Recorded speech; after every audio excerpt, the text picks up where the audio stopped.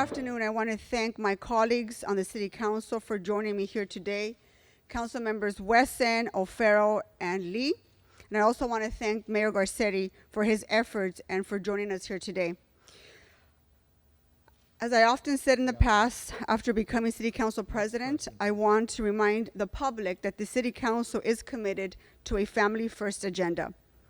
We are committed to helping the working poor and the working class communities of the city of Los Angeles. And we are committed to equity for our community so that we can be a better city coming out of this crisis than we were before. COVID-19 has only made that focus even more important than ever. And I can tell you that when I'm in my district, either hosting events during this pandemic, whether it be offering groceries or meals, passing out diapers to moms who need them, or hosting free laundry services for low-income families, there is an absolute feeling of desperation out there. Many of our constituents are struggling. There are people who were living paycheck to paycheck before the pandemic and now are living day by day. They live in motels, they live in cramped apartments, they are now fighting for their economic survival. The struggle is real, and we need to respond in a significant way. That is why I am very proud to join my colleagues here today that at the City Council meeting this afternoon, I introduced a motion to place $100 million from the Federal CARES Act into our COVID-19 Renters Relief Fund. The Relief Fund was created by the City Council through a legislation that I sponsored earlier this month. Fortunately, this is not the city's first time overseeing a renters relief program. This program and the ordinance are based off of one that we created back in the winter of last year. That earlier emergency renters relief program helped keep families who were about to lose their housing during the holidays and fall into homelessness, to try to prevent them from falling into homelessness. It allowed us to create an infrastructure that is helping us prepare for our new COVID-19 emergency renters relief program. Once approved, this $100 million in relief for the city of Los Angeles renters is not only for renters, but for landlords as well. It is the largest renters relief program of any city in our nation.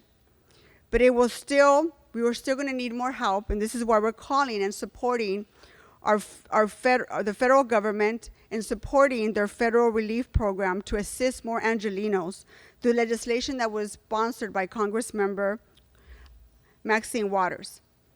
But this commitment represents a substantial investment in the city's greatest resource, which is our fellow Angelenos.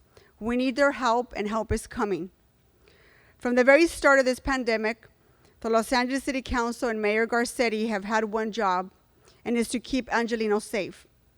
We've done that through protecting their health and ensuring that we ask them to stay at home, and we continue to do that to ensure their safety and their well-being. The next step is to protect their housing. We know that many Angelenos are asked to stay home, and their jobs and their incomes are going to disappear, and we know that. The City Council has adopted one of the most robust and legally sound eviction moratoriums in the nation that has only grown stronger each week. Most of our landlords are good people and are trying to work with their tenants to keep them in their buildings. And while we call this a renters relief program, this renters relief program is not only for renters, but for landlords and property owners as well. The majority of our renter units are owned by individual mom and pop operators, many who depend on their income that they receive through their tenants to keep afloat their financial well-being as well. These are working class property owners. Many of the people that own these properties are people of color who are providing a service to their communities.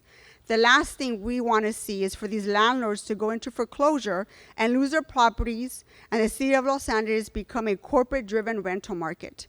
That is not good for Los Angeles, and that is not the city that we want to be.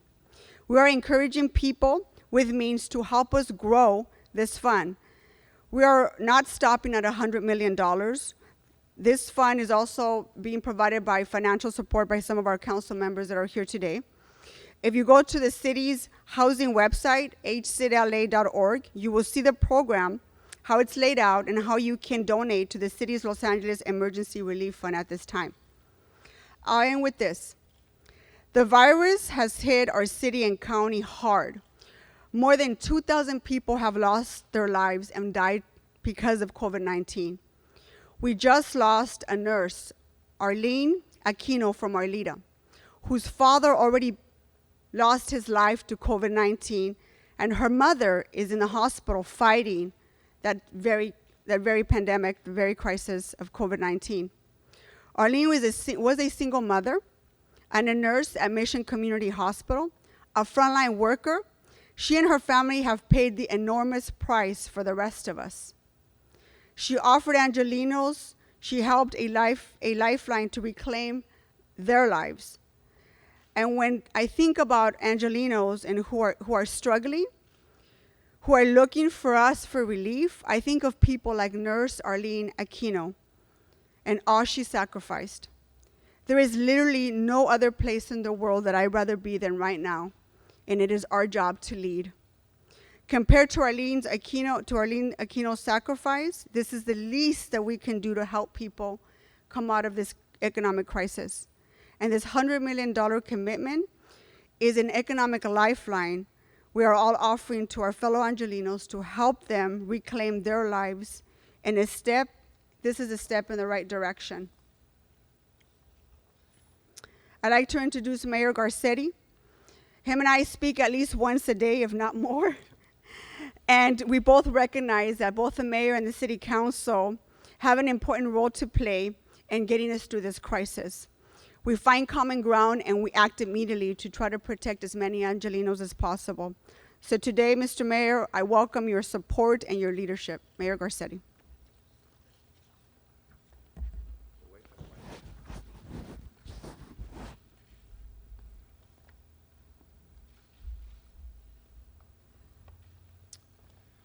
Well, thank you very much, Madam President. It's a joy to be back here in these chambers where I spent 12 years. To be here with you as Council President, our Council President Emeritus, Herb Wesson, and we have 3 Council Presidents in a row standing here with also 2 other extraordinary public servants, one who I've known since I was a child, John Lee, and one who I've worked with extremely closely in what I think is, of all the perfectly equal districts, just slightly better, the Council District 13, Mitch O'Farrell. Let me cut to the chase. And I'm going to apologize ahead of time for having to leave after my comments, since I know this started a little bit later than we had planned due to a national call I'm supposed to be leading right now. There is no question that as we have saved lives, that people's livelihoods have been hard hit. This pandemic has resulted in the highest unemployment rate in Los Angeles in our history, higher than in the Great Depression. People are struggling. They feel that they're either looking over the cliff or they're already falling off of it. That's why it is so important for us to offer relief immediately, whether it's through programs that feed our seniors, provide childcare for our frontline workers, Angeleno cards that give direct cash assistance to people to meet their basic needs. I'm very proud that Los Angeles has led the way, that we've protected people from evictions, given people time to be able to pay off their rents, ensure there would be no cutoffs of our power and water. And this council and my administration have worked hand in glove the entire time to protect Angelenos. It's why I'm so proud to join with Council President Martinez and the members of the City Council here and those not here to announce this program, which is the largest in the country, to offer $100 million in relief to renters who have been displaced by COVID-19, people who have lost a job or seen their hours reduced because of COVID-19. Building on what we have done successfully, and let me tell you, whether it's unemployment or the assistance for immigrants, these programs are very difficult to execute. And so we will take this coming month to make sure when this program stands up at the end of June or beginning of July, we are ready to help 50,000 Angeleno households, representing at least 150,000 Angelenos, to pay for the rent, $1,000 each month, 2 months, to allow us through the end of the year when these dollars have to be expended to be able to give relief and peace of mind to Angelenos and to reassure nervous landlords who don't know how they are going to hang onto their properties that they both have help on the way. A couple things I want to say. One is, as the Council President mentioned, This is good for landlords and good for renters. And their interests, which some people often say are not aligned, are aligned at this moment. I talked a number of times to Secretary Mnuchin about the CARES Act, ensuring that the coronavirus relief funds could be used as broadly as possible to ensure that renter assistance directly could be given to landlords. And it's a win-win. Renters have their rent paid off, landlords have their mortgage covered, and we see jobs in this city as well, because when landlords don't get the rent, they can't make the repairs. People who come into apartments who depend on their livelihoods of making sure there's money there also are taken care of. Second is this is part of a wider package of what we will together, again, hand in glove, do with our coronavirus relief funds, which are a little bit under $700 million. About 160, 170 million of which we have to pay off what we have already fronted for city operations to meet this crisis. Another 20 or $30 million in medical costs as we help stand up emergency beds, do testing for Angelenos, the biggest city to offer widespread and universally available testing. And then a couple $100 million to meet the crisis of homelessness and $250 million to meet economic assistance. This is money that will help not only small businesses and renters, but everyday Angelenos. And I look forward to working collaboratively with this council to make sure those monies get to everybody. And I want to thank these members of the City Council that stepped forward. Nury Martinez, Mitch O'Farrell, John Lee, Herb Weston, who put their money, their discretionary money, out there to make sure that folks could get relief right now. And I want to thank in advance HCID, our housing department, who will help administer this. And I'm going to put from my office Mary Hodge, who's my director of operations, onto the team, ensuring that we get this money out to people who need it and that we get that spent out by the end of the year as required. Together with Abigail Marquez, our assistant general manager at HCID LA, and Rushmore Cervantes, our general manager, who are both extraordinary public servants, we know this will provide relief. Finalmente, en español, yo quiero decir unas palabras también. Los inquilinos de Los Ángeles están sufriendo y ellos merecen ayuda. Este es el fondo más grande en los Estados Unidos, $100 millones para asistir no solamente los inquilinos, pero sus dueños también, los dueños de sus apartamentos, porque los dos están sufriendo. Y en julio nosotros podremos tener este programa a dar asistencia efectiva directamente a la gente de Los Ángeles. Esta crisis continúa. Estamos viviendo con COVID-19. Y gracias al liderazgo de la presidenta del Consejo Municipal, Nury Martinez, sus colegas y sus otros líderes en este condado, incluyendo los supervisores.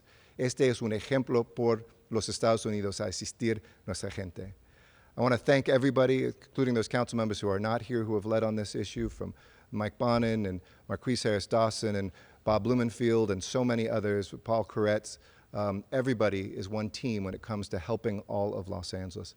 Also, because I'm leaving and I don't want anybody to say I didn't make a comment, let me say very briefly too, the indictment that came down today sickens me. Public service is an honor, and anybody who takes public service and uses that to enrich themselves bespoils this place, the people's house, where we are to represent all Angelenos. So I hope that the law will be brought fully to bear on those that we read about here today, and any others involved. I said, if you know any information, be prepared to assist, and if you did anything wrong, be prepared to pay the price.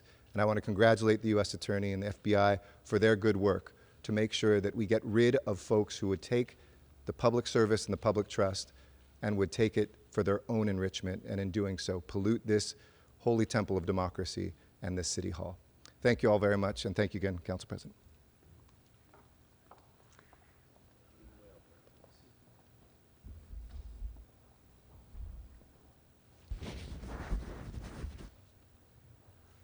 Okay, our next speaker is our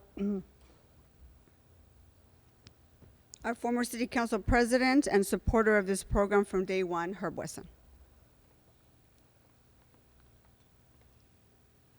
Thank you, Madam President, and it's great to be here with some of the other members to stand with you and the mayor. And let me just say this, that has absolutely nothing at all to do with this press conference. It is so good to see so many of you again and not on Zoom. So it's good just to see you. when I did miss you. I genuinely miss, like plants need sunlight.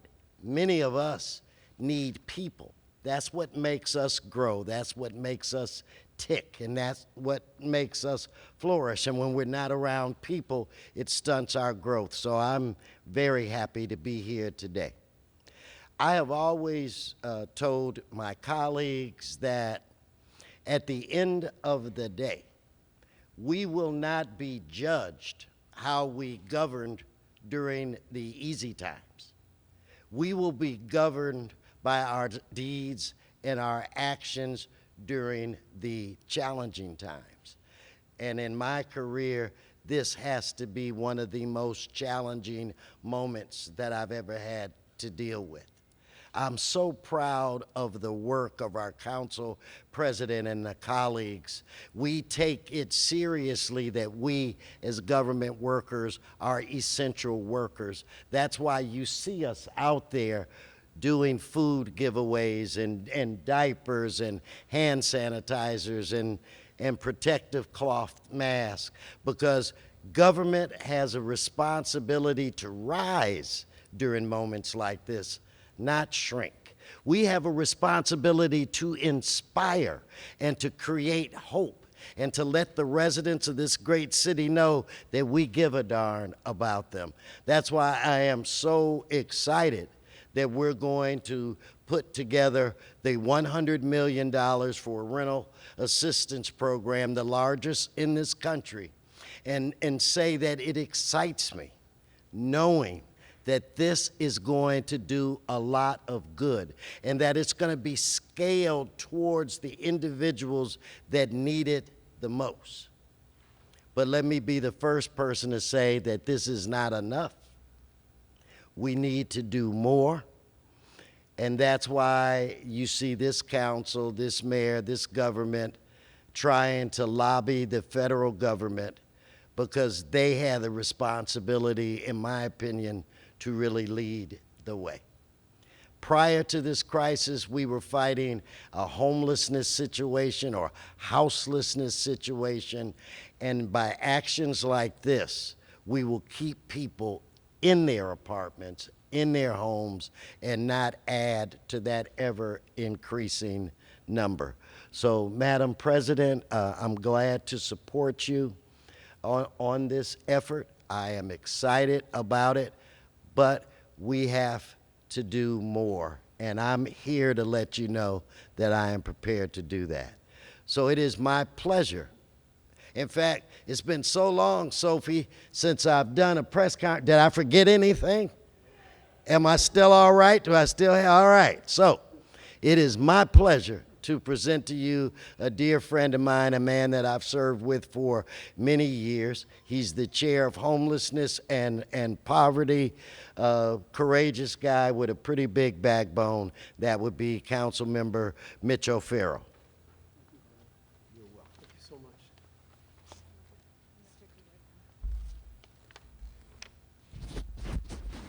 Thank you. Thank you so much, Herb. And Council President Martinez, Councilmember Lee, and to the mayor, this is what it looks like when everyone comes together early on to make something happen. As city leaders, our priorities have shifted since the onset of this pandemic, and that is reflected in my decision and the decision of our council president and Mr. Wesson and Mr. Lee. It's reflected in our decision to reprioritize funding in our own district. In my situation, $2 million in funding that would have gone to public improvement projects in the 13th district to instead help keep residents in my district housed while helping as many of the small businesses in my district survive, as many as I can, survive through this pandemic. $1 million of my funding has already gone into the city's Emergency Rental Assistance Subsidy Program, which was, I think, very wisely established by Ms. Martinez and Mr. Wesson a year ago, because that is a foundational a pot of money that is now serving at a purpose that we did not anticipate whatsoever 4 months ago. So I want to commend you all for seeing that through back then, not knowing what we'd be facing now, to benefit eligible renters in my district who are struggling with COVID-19. The district-specific funds that we're talking about that have already been allocated will be in addition to what's allocated out of the $100 million CARES Act funding. So in other words, as Mr. Wesson mentioned, monies that will go where they're needed the most across the city, in addition to the monies that we're allocating in our own districts. Another COVID-19 federal relief bill, the HEROES Act, moved through the U.S. House of Representatives. It includes $175 billion in subsidies and additional forbearance for renters, mortgage holders, and small businesses. This was through the leadership of Congresswoman Maxine Waters and House Speaker Nancy Pelosi and the local delegation, who also understands very deeply the needs in Los Angeles. So I have to commend our congressional representatives as well. Although the HEROES Act its fate is a little less certain, additional relief could eventually be on the way from the federal government. 2 weeks ago, I introduced a resolution in support of California Senate leaders' plan to create $25 billion economic recovery fund that includes potential rent forgiveness and mortgage tax credits for renters and landlords. This effort is very much alive and could significantly grow the universe of renters, mortgage holders, and businesses in Los Angeles that we are already assisting. This council has enacted more comprehensive pandemic-related protections than any other city in the state. Despite what some might have said, that is the plain truth, including assistance regardless of immigration status, a prohibition on rent increases for RSO properties, a 12-month window to repay back rent, and we unanimously requested that the state temporarily lift Costa-Hawkins so we can act a temporary rent freeze on all increases across all apartments, all households in Los Angeles. This initiative is also a reflection of what we've been crystal clear about for 3 months, that government at all levels are required to provide the level of comprehensive relief our most vulnerable Angelenos need at this unprecedented time. This $100 million of CARES Act funding represent a culmination of those efforts so far in our overall approach to establishing the building blocks of keeping our most vulnerable housed during the pandemic and on a strong financial footing that will endure as the pandemic eases and the emergency orders are eventually lifted. I am very, very proud to be a part of this overall effort that we're all committed to seeing through. And like Mr. Wesson just said, it's times like these that really show the true character of anyone. And I don't think it's lost on any of us that as elected officials in the city of Los Angeles, this is our time. This is our time to deliver. This is our time to honor that oath of office that we all took. And I know that we all take it very seriously, and I couldn't be more proud to be on this body in this city leadership to help those who need it the most. Through these efforts, through these resources, and we're going to keep advocating for more, we'll not only get through this, but we'll keep people on a solid footing as we recover and the economy eventually recovers. That's what will keep Los Angeles strong. That's who we are. That's how we focus as a people, and we are going to get through this. So thank you so much. Yeah. Oh, yeah. Thank you so much. And now we're going to clean this again, but I get to have the privilege of introducing our colleague from the 12th Council District, Mr. John Lee.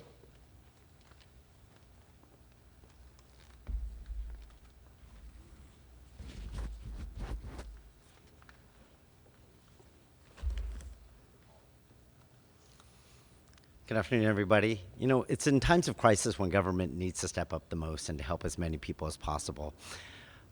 When you get, I'm being the person who's most recently elected into this body, you don't necessarily think you're going to be elected into a global pandemic crisis. But as the actions of the people who behind me show, we have to roll with the punches, and we have to do whatever it takes to take care of not only our district, but the city of Los Angeles. I'm so proud to be standing up here with the people behind me, because they are three people I admire, that I look up to, that don't just come to council and cast a vote.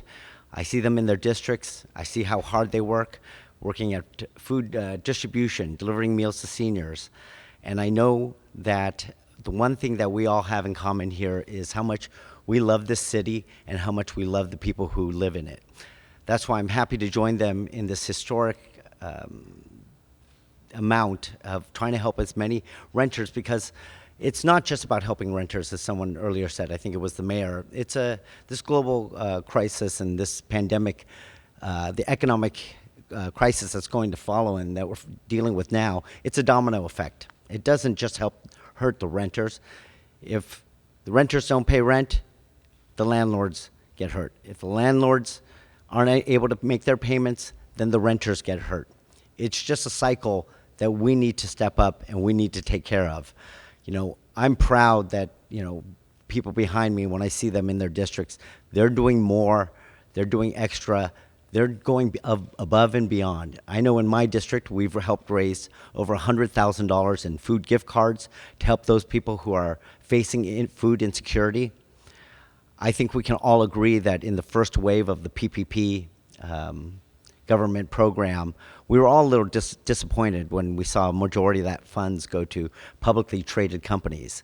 And so what we did is we partnered with some nonprofits, went out to people who in the past have given and given generously, and we helped raise $1 million to work with our businesses to provide no interest long-term loans, because even though that they don't have to pay those 3 months rent, we wanted to take that burden off of them so that when they were going back to business, the only thing on their mind should be giving them that ability to be a little bit more nimble, to make sure that they're able to rearrange their business to best serve this community and the city and this type of economy. So we've actually given out about $350,000 in loans, because businesses right now are making that decision. Do I close my doors? I've had no income. Do I make that decision? And so we are trying to do what we can to help relieve them. And I'm happy to see now there are so many landlords out there who are facing the same issues. We've protected renters as we should have during this time. But now those landlords are faced with the same problems. Sometimes these landlords, it's not just about paying the mortgage, it's about investments that these mom and pops made in a duplex or triplex, that it's not only the income to pay for their mortgage, it's also for their income. And they've been facing those problems as well. And I'm happy to see that this program is going to address some of those issues. And, you know, I'm proud that we have stepped up to commit $100 million, but like so many people have said, this is not enough. We need to do more. People out there who can give need to understand that there are people who are desperately in need. And I didn't make this up, but you know, I often hear, if not now, then when? And that truly cannot be truer than right now. This is a crisis that we have never, ever faced as a city, as a country, in the magnitude that we're facing now. And so I'm asking people that can give to make sure that they give until it hurts, because there are a lot of people out there that are hurting right now. And I think what our council president today has done is taken that first step to really heal our city and make sure that we can move forward and continue to be the greatest city in Los Angeles, in the world. So, Council President, thank you so much.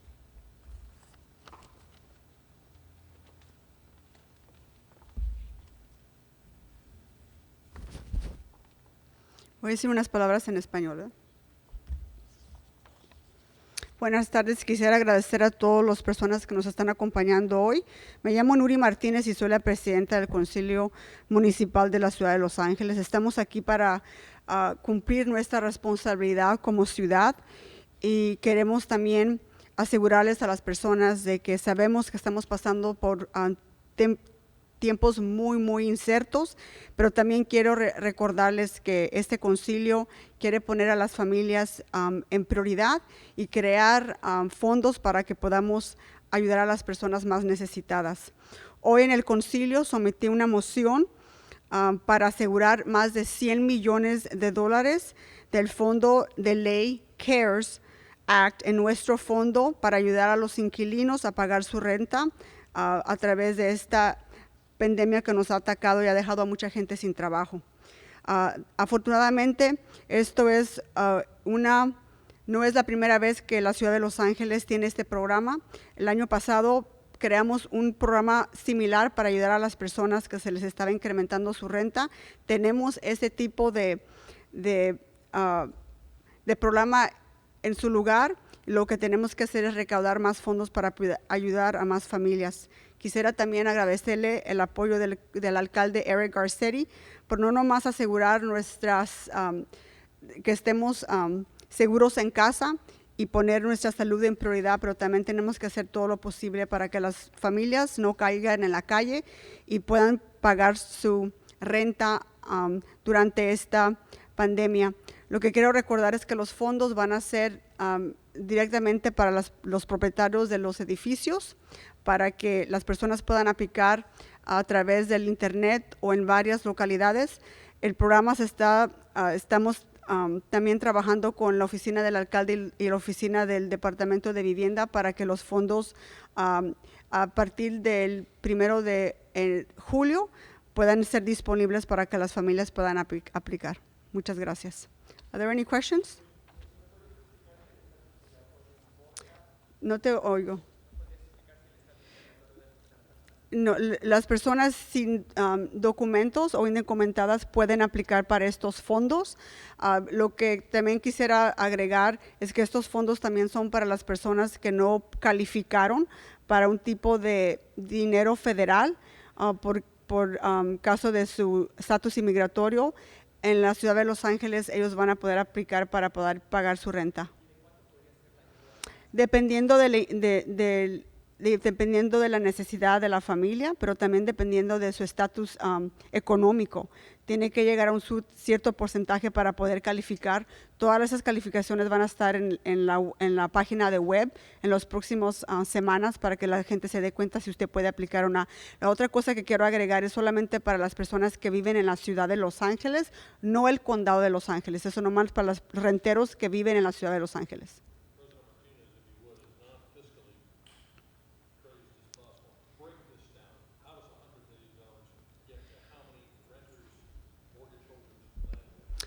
Well, it's clearly, I mean, I would love to say that this is going to be able to help everyone.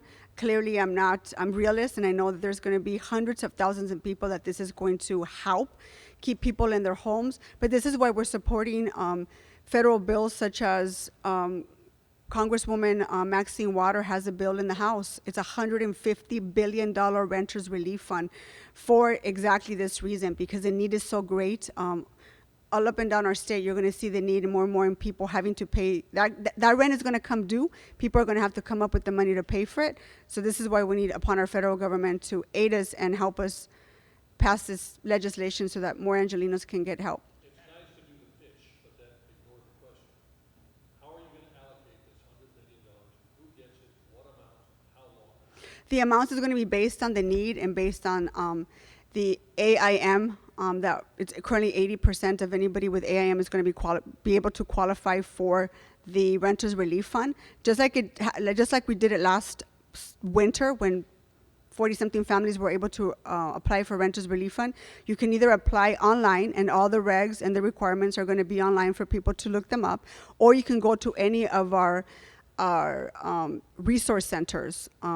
There's about 15 of them across the city, and we're working with the housing rights advocacy nonprofit that's going to help connect people to these resources and be able to apply and get the money out directly to the landlords. The check's not being cut out to the renters, being cut out to the landlord.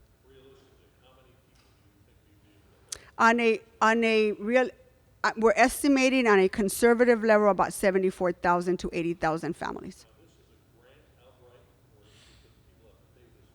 No, this is directly federal money to Los Angeles. There's about $700 million in the CARES Act that was awarded to the city of Los Angeles. We're currently voted on putting together an ad hoc committee that's going to oversee how we're going to spend this money.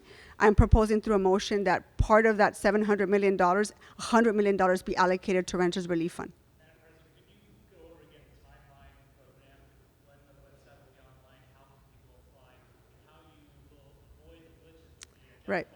That's a really good question, and this is why Mayor and I worked out that we needed another month to work out all those kinks. The actual infrastructure for the program is already there, because this same exact type of program was launched back in the winter of last year, a couple of months ago.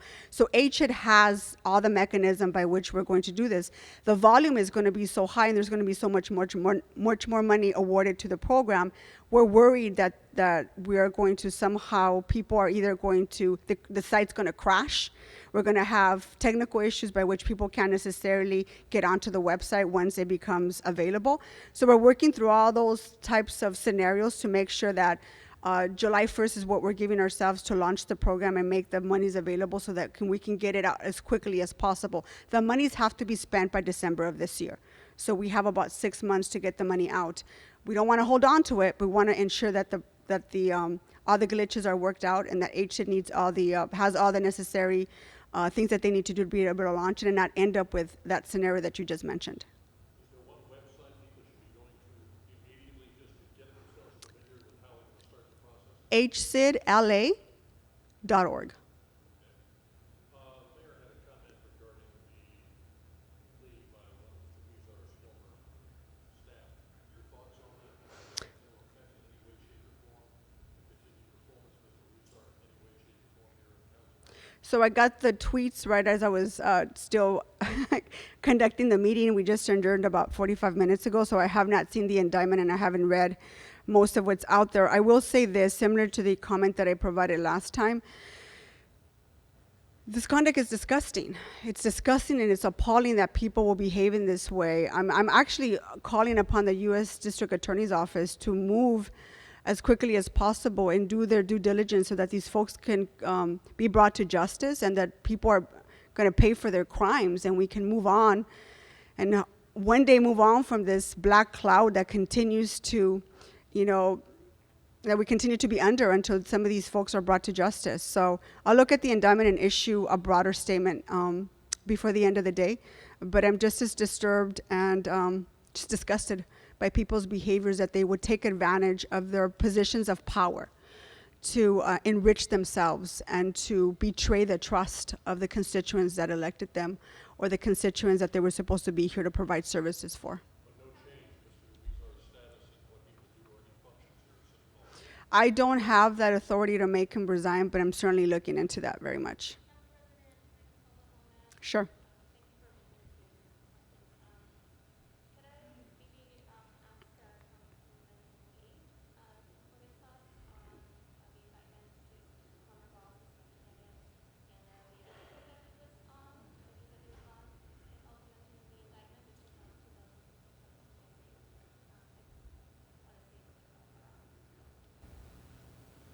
Do you have any comments? It's up to you.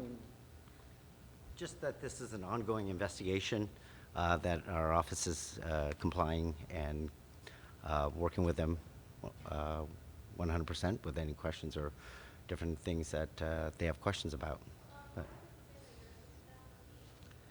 again, it's an ongoing investigation, and hopefully sometime soon, after I join a council president. I hope this all gets resolved very quickly, because there is this black cloud. What people don't know about the people that work around this horseshoe that I've worked at for 20 years is how much that they love the city, how much they love their district, how hard they work for their district, and all that will become clear. But right now, again, it's an ongoing investigation that I'm not allowed to comment on. I'm sorry? Again, it's just an ongoing investigation that be happy to discuss when we're allowed to discuss it. Thank you. That concludes our press conference. Thank you for coming.